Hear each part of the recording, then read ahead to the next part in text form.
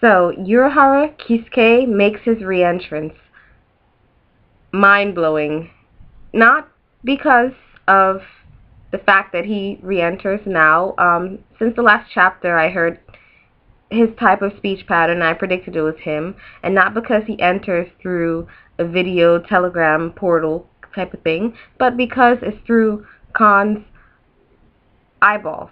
That is something that not even Kurosuchi could have predicted.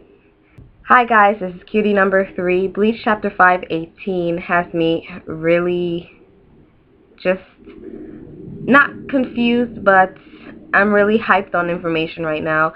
I like this chapter. It was funny and whimsical in the middle of a slowly oncoming darkness, and that's going to be throughout this or most of this arc.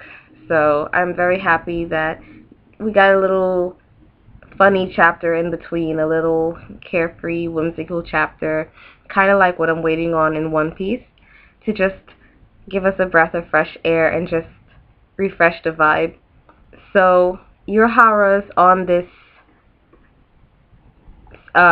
projector, and Inoue and Chad join in, and as soon as I see Inoue, I think about all the forums that I get in, and there's people posting about Inoue and Ichigo and their pairings, and every time I see her, my mind just goes back to it, even though I'm like, no, it's Rukia, but my mind just floats back to Inoue and Ichigo, because she's just so excited.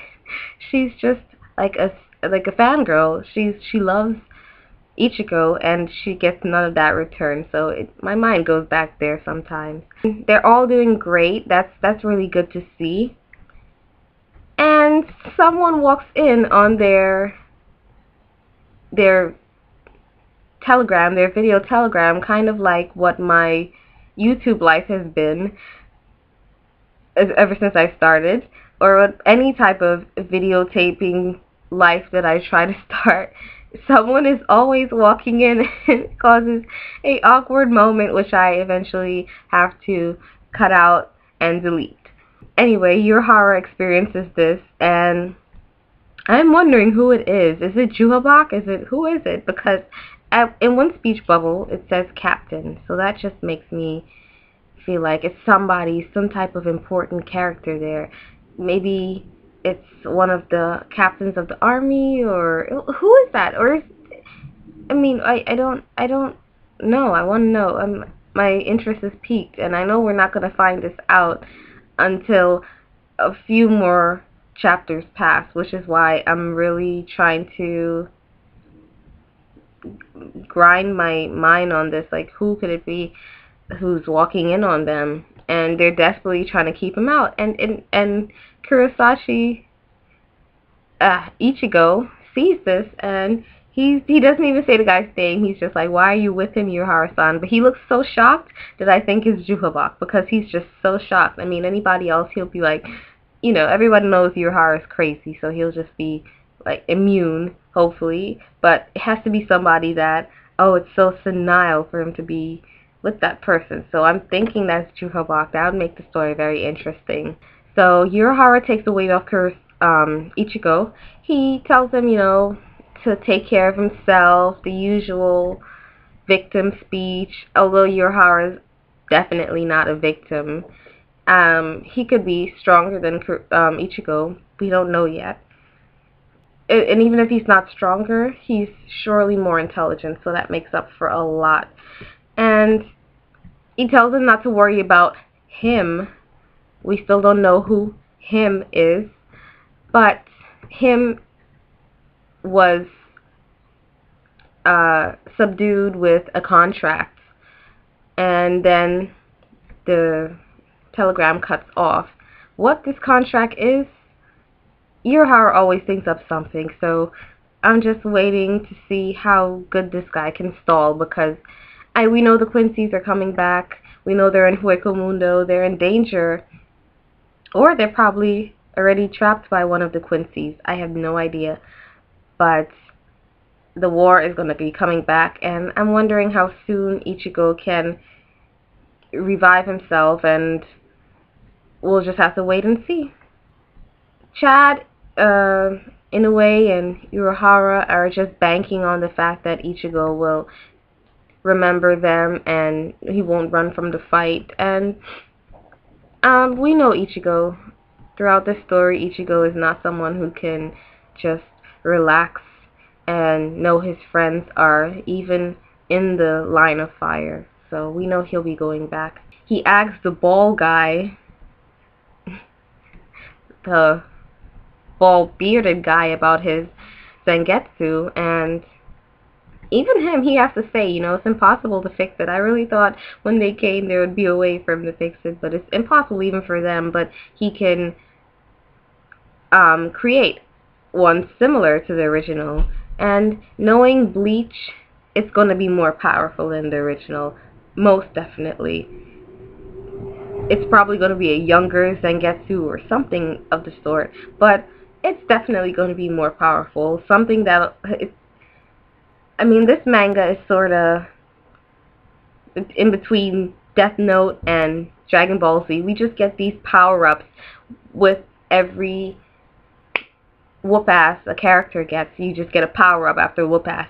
Whoop-ass, power-up. Whoop-ass, power-up. He's going to get a stronger Zangetsu. And knowing this, he says, well, he doesn't know this, but I know this. He says, take me to the palace.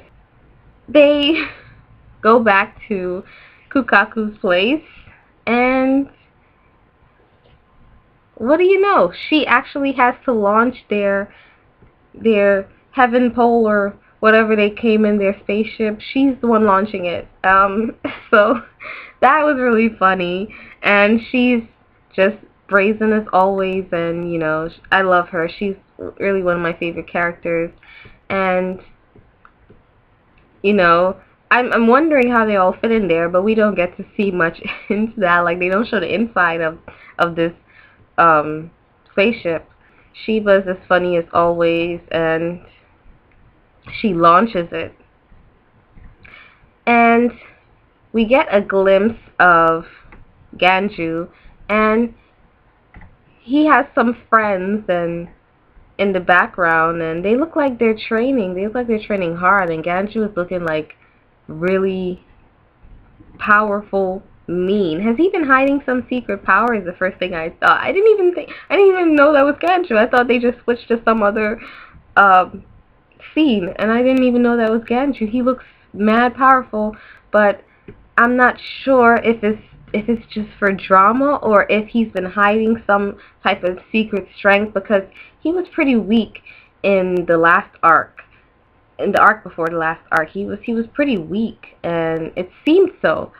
But I know no main character in Bleach could be that weak. There has to be something he's hiding. I know he's been training as well, but he's definitely been hiding something. So they're looking all buffed and ready and sweaty. So Ichigo lands in the palace. Ryukyu, I think that's how you pronounce it. I'm trying. So the king lives there, and it looks very heavenly, and I'm surprised they let Ichigo get this close to the king, because this guy's the boss of the whole Soul Society, and even the real world. I mean, they're in control of the real world, so he's the boss of the boss. So he's what we would call God. So I'm surprised that Ichigo gets this close to him. It looks like a place that Byakuya would enjoy. It's just very clean and pretty, and just like a cloud floating, immaculate. So next chapter, we're probably going to get to meet this king, or we're going to get to meet his shadow, his black imprint, because they might want to stall on his face or his look, because it's probably interesting. But again, the Zero Squad is looking a lot like they popped out of One Piece. So I hope the king will look kind of Aizen-like, Bleach-like. I mean, I'm hoping he'll knock my panties off. I'm just praying for that. Anyway, guys, I enjoyed this chapter. Bleach chapter 518. Very interesting, very raw information, funny moments. I loved it. See you next time.